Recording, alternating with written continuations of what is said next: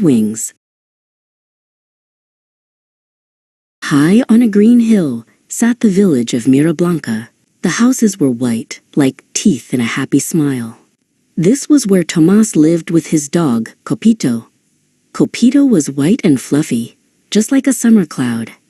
They loved the smell of the pine trees and the sound of the wind playing through the branches. One day, the air turned hot and heavy.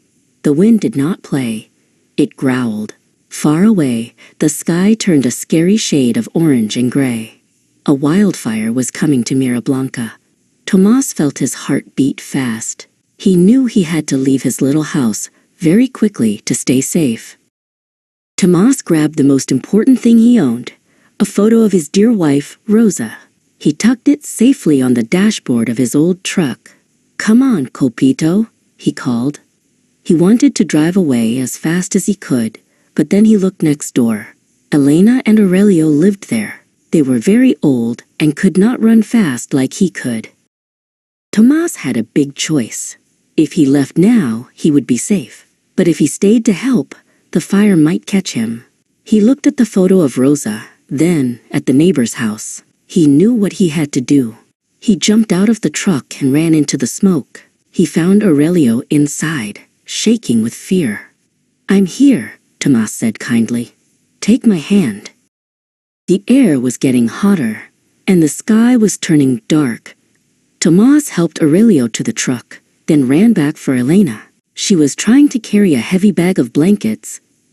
"Leave the things, Elena," Tomás whispered softly. "You are what matters." He put his arm around her to keep her steady as they hurried through the falling ash. They reached the truck just in time. As Tomás drove up the mountain road, Elena and Aurelio looked out the back window. Their eyes were wet with tears. They saw the orange flames reaching for their homes. They had lost so much, but they were alive because of their friend. When they reached the top of the ridge, the wind blew a sudden, strong gust. It whistled through the open truck window. Tomás looked down and gasped. The photo of Rosa was gone. The wind had carried it away into the smoke. Tomás felt a deep ache in his chest. He had saved his neighbors, but he had lost his last treasure. Days later, the fire was gone. Tomás and Copito walked back to where their house used to be.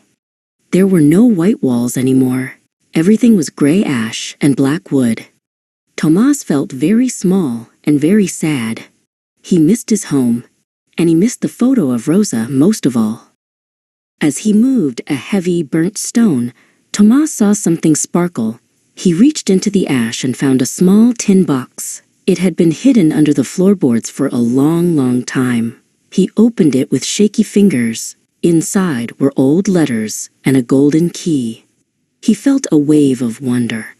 It was a secret from the past that the fire could not touch. Elena came over and sat on a stone near him. Tomás showed her the old letters. They talked about the village and the people who lived there long ago.